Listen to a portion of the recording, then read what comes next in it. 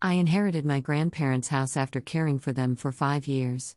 My influencer sister who ignored them launched a social media war against me for not selling it. Growing up, my family wasn't what you'd call typical.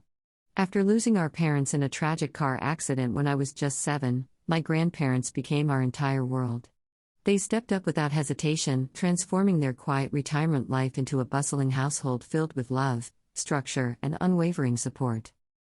My sister Qley and I couldn't have been more different, even back then.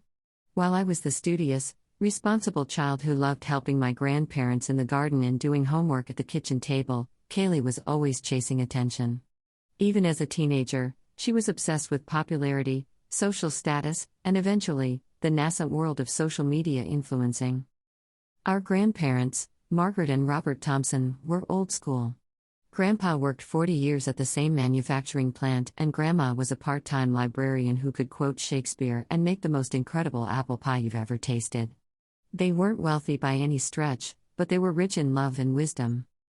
As we grew older, Qley's ambitions took her far from our small suburban hometown. She moved to Los Angeles, determined to become an Instagram lifestyle influencer, a career path that bewildered our grandparents. They would politely nod when she talked about sponsored posts and brand deals, but I could see the confusion in their eyes. To them, real work meant dedication, consistency, and actually helping people. My path was different. I became a healthcare worker, specifically a geriatric care nurse. It wasn't glamorous, but it was meaningful. I was good at taking care of people, a skill I'd learned from watching my grandparents care for me and each other throughout my childhood. The first signs of trouble came when Grandpa started forgetting things. Small things at first, where he'd put his reading glasses, the name of a neighbor he'd known for decades. Grandma would laugh it off, but I could see the worry in her eyes. Qley was too busy curating her perfect online persona to notice. I started spending more time at their house. Initially, it was just helping with groceries, accompanying them to doctor's appointments, managing their medications. But gradually, it became a full-time commitment. I reduced my work hours, moved into a small apartment just 2 blocks away, and essentially became their primary caregiver. Qley's involvement? Occasional Instagram posts featuring a perfect, carefully filtered photo with our grandparents, hashtag family love or hashtag bless grandkids.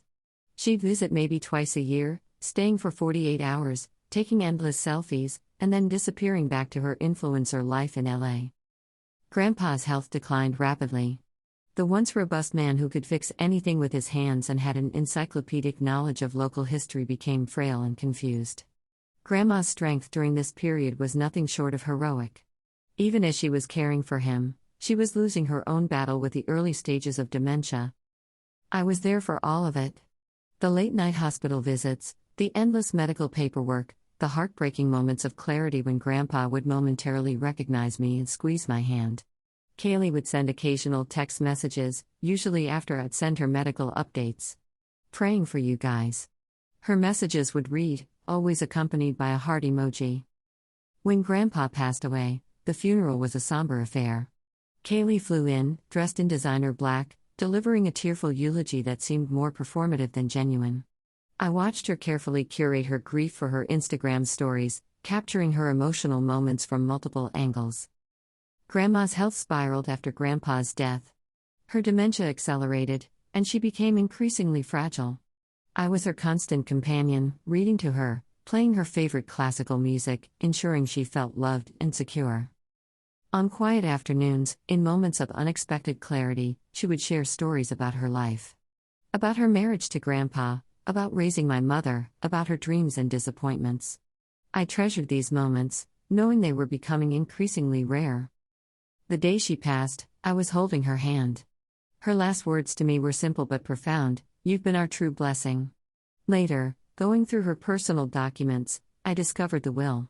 It was clear and unambiguous: the house, their most significant asset, was to be mine. There was a handwritten note accompanying the legal document. In Grandma's slightly shaky handwriting, it read, "To my dear granddaughter. You gave us everything when we needed it most. This house is yours, filled with our memories, our love. Never let anyone tell you otherwise." Qley's reaction was predictable. Within days of the funeral, She called demanding we sell the house and split the proceeds. When I refused, citing our grandparents' explicit wishes, she launched her social media campaign. Her followers, a mix of lifestyle enthusiasts, wannabe influencers, and people who love online drama, became her army. Suddenly, I was being tagged in posts about family betrayal. My personal and professional social media accounts were flooded with messages. Some were curious, some were aggressive, many were downright cruel. Qley craftily never mentioned the 5 years of caregiving. She didn't talk about her minimal involvement. Instead, she painted herself as the wrong party, a loving granddaughter cheated out of her rightful inheritance. Some family members sided with her. Distant aunts and uncles who hadn't seen our grandparents in years suddenly had opinions. They suggested I was being selfish, that I should be the bigger person and sell the house. But this wasn't about money.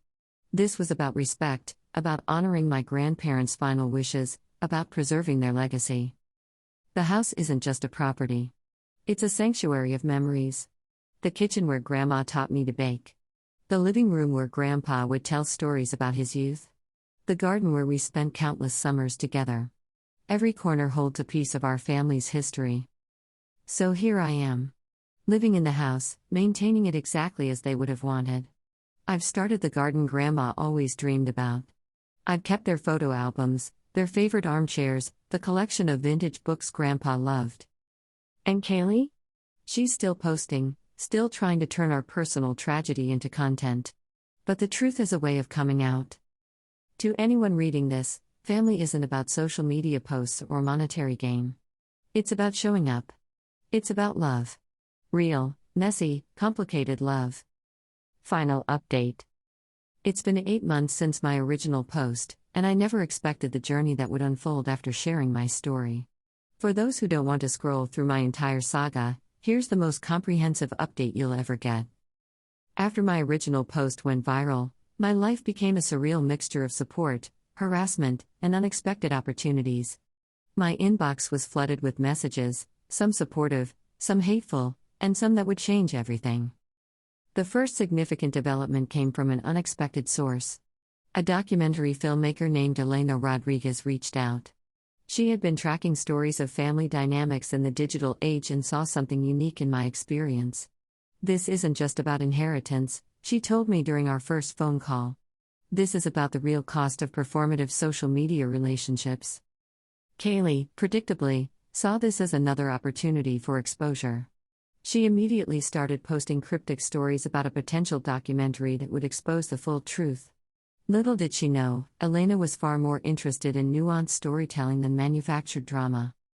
My lawyer, Sarah Goldstein, became something of a personal hero during this time. When Qley attempted to legally challenge the will, Sarah was 3 steps ahead at every turn. The cease and desist letters became works of art, meticulously documented, legally airtight, and delivered with a precision that made Qley's legal attempts look like amateur hour. The most satisfying moment came during a mediation meeting. Qley arrived with her team, a mix of her manager, a lawyer who looked like he just passed the bar, and her current boyfriend, who seemed more interested in potential camera angles than the actual proceedings. Sarah dismantled their arguments methodically. She presented documentation of my 5 years of caregiving, medical records, witness statements from doctors and neighbors, and the crystal-clear language of my grandparents' will. Qley's lawyer looked increasingly uncomfortable as each argument was systematically destroyed. But here's where things got really interesting. During the documentary filming, Elena uncovered something neither Qley nor I knew. Our grandparents had actually set up a separate trust fund years ago. It was modest but significant, about $150,000 that was meant to be split between us in the event of their passing. Qley had been so focused on the house that she'd completely overlooked this financial asset. When this information came to light, it created another social media storm. Suddenly, her narrative of being completely cut out fell apart.